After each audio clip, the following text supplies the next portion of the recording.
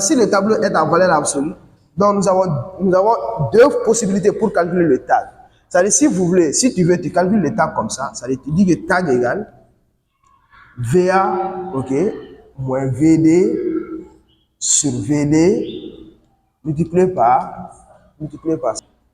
Tu peux dire aussi tag égale à M moins 1 fois ça. Maintenant, avec quoi? Avec M égale à VA sur V, avec M égale à VA sur VD. Donc, M ici, c'est quoi? M ici représente le coefficient multiplicateur. M représente le coefficient multiplicateur. Première formule là, comme la première méthode. Et ensuite, tu utilises cette deuxième formule là, comme la deuxième méthode. Que tag égale, comme il a bien écrit, tag égale à VA moins VD divisé par VD multiplié par ça. Ok? Maintenant, on nous a dit de calculer le tag sur la période de 1994 à 2000.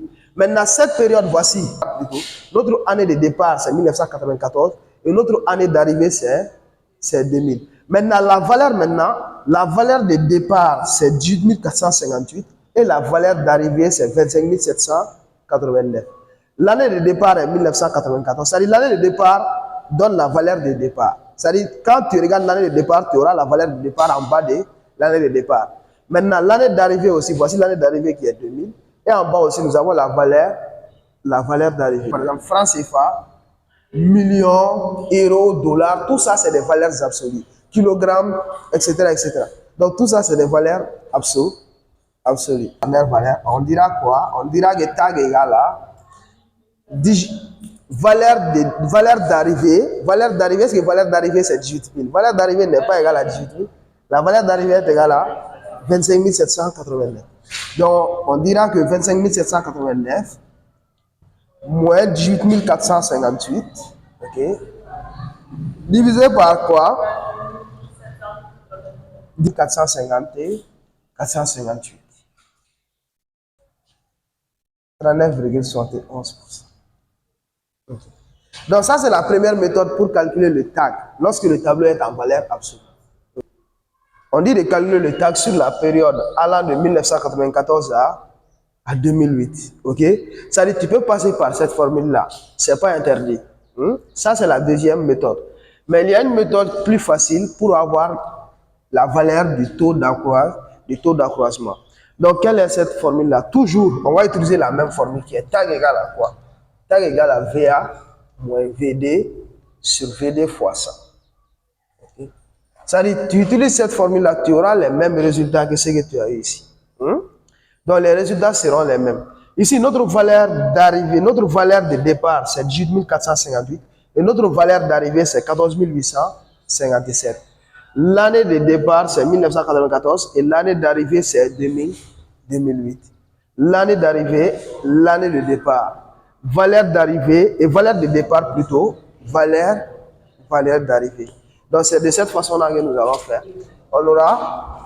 Nous allons calculer 14 857, moins combien? Moins 18 458, divisé par combien? Divisé par 18 458. Multiplié par ça. À calculer moins 19,50%. Que ce soit la première, la deuxième ou la troisième ligne, ces valeurs-là ne sont ni en tag, ni en temps, ni en part. Donc, ce sont des valeurs absolues. La dernière ligne est exprimée en part. Pourquoi c'est exprimé en part? On dit que la part, c'est bien écrit ici, là, la part des emplois aidés. Donc, cela signifie que la dernière ligne est en part. Mais en ce qui concerne les autres lignes, ça, c'est en valeur absolue. Maintenant, on dit quoi? On dit total des emplois aidés. On voit que cette valeur-là n'est pas relative. Ce n'est ni en pourcentage, ok? Ce n'est pas en pourcentage. C'est ça le pourcentage là. Voilà. Ce n'est ni en pourcentage, ni en indice, ni en autre chose. Ce n'est ni en part aussi. Donc on peut dire que cette partie-là est en valeur. C'est-à-dire on se complique. On fait juste une phrase simple. On fait juste une phrase. Quoi ici?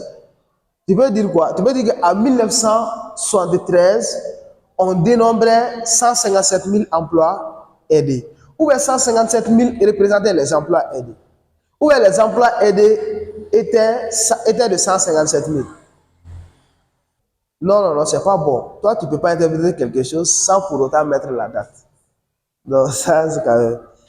Ok? On ne peut pas faire ça. Quand tu fais une interprétation, la date, elle est obligatoire. On dira simplement qu'en 1973, on dénombrait 157 000 emplois aidés. Okay? En 1973, on dénombrait 157 000 emplois aidés. Je vais vous poser une question. Comment on va interpréter ceci? Cette valeur, comment on va interpréter cette valeur? En 1990, on dénombrait 102 000 comme emploi aidé de secteur non marchand. Voilà, donc c'est ça. Ok? Voilà, c'est comme ça. Maintenant, et ça, si on veut interpréter ça, comment on va interpréter ça?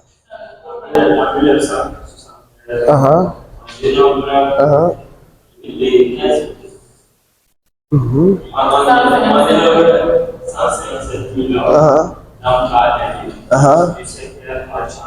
occupé qui est l'ensemble.